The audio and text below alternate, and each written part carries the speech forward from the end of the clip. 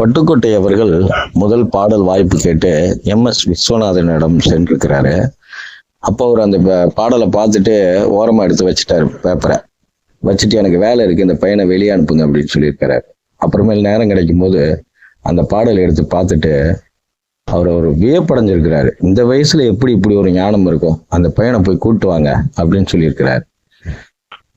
17 வயது அந்த பாடல் எழுதையில சுயநலவாதிகளுக்கும் பேராசைக்காரர்களுக்கும் ஒரு சாட்டை இடி கொடுத்த பாடல் தான் பட்டுக்கோட்டையின் முதல் பாடல்.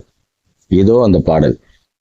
குட்டி ஆடு தப்பி வந்தா குள்ளநரிக்கு சொந்தம், குள்ளநரி மாட்டிக்கிட்டா குறவனுக்கு சொந்தம், தட்டுக்கட்ட மனிதர் கண்ணில் பட்டதெல்லாம் சொந்தம், சட்டப்படி பார்க்க போனா 8 அடிதான் சொந்தம், சட்டப்படி பார்க்க போனா 8 அடிதான் சொந்தம்.